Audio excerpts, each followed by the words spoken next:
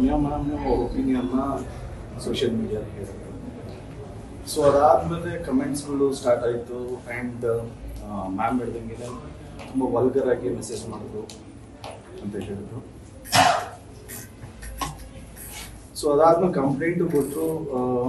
ನಾವೆಲ್ಲರೂ ಅದನ್ನು ಕೇಳೇ ಬೇಜಾರಾಯಿತು. So you are all with Ramya ma'am ಅಂತ ಹೇಳೋಕ್ಕೆ ಇಷ್ಟಪಡ್ತೀನಿ. ಬಟ್ ಎರಡನೇ ವಿಚಾರ ತುಂಬ ಬೇಜಾರಾಗಿದೆ. ನಮ್ಮ ಪ್ರಥಮ್ ಸರ್ ಆ್ಯಂಡ್ ಅವ್ರ ಬಿಹೇವಿಯರ್ ಈ ವಿಷಯದಲ್ಲಿ ಜೆನ್ಯೂನಾಗೆ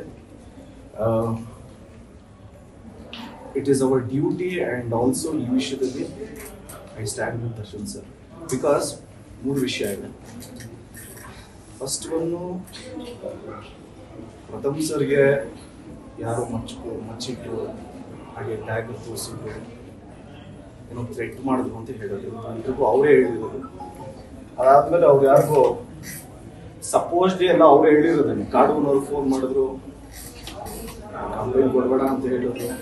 ಅವರು ಕಂಪ್ಲೇಂಟ್ ಕೊಟ್ಟಿಲ್ಲ, ಫೈಲ್ ಮಾಡಿಲ್ಲ. 2 days ಸುಮ್ಮನೆ ಇದು. ತುಂಬ ವಿಚಾರವಂತರು ನಮ್ಮ ಲಾಯರ್ ಜಗದೀಶ್ ಸರ್.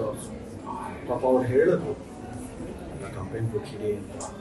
ಅದಾದಮೇಲೆ ಮಾತು ಕೇಳಿರೋ ಅಂತ ಇನ್ಫ್ಯಾಕ್ಟ್ ಪ್ರವೋಕ್ ಮಾಡಿದ್ರು, ಎಸ್ಟೇಟ್ ಮಾಡ್ಕೊಂಡು ಅಂತ. ಐ ಥಿಂಕ್ ಈ ನ್ಯೂ ಫ್ಯೂಚರಲ್ಲಿ ಏನಾಗುತ್ತೆ ಅಂತ ಅವ್ರ ಮಾತು ಅವ್ರು ಕೇಳಬೇಕಿತ್ತು ಅಂತ ಒಂದು ಅನ್ನಿಸ್ತು. ಸೊ ಅದಾದಮೇಲೆ ತುಂಬ ಅಬ್ಯೂಸಿವ್ ಆಗಿ, ತುಂಬ ರೆಸ್ಪೆಕ್ಟ್ ಇಲ್ಲದೆ, ಅದೇನೋ ಚಿಕ್ಕ ಕೆಳ ಹೊಡ್ಕೊಂಡು ವಿಕ್ಕು ಅದು ಇದು, ಇಟ್ ವಾಸ್ ನಾಟ್ ನೆಸೆಸರಿ ಅಂತ ಅನಿಸುತ್ತೆ.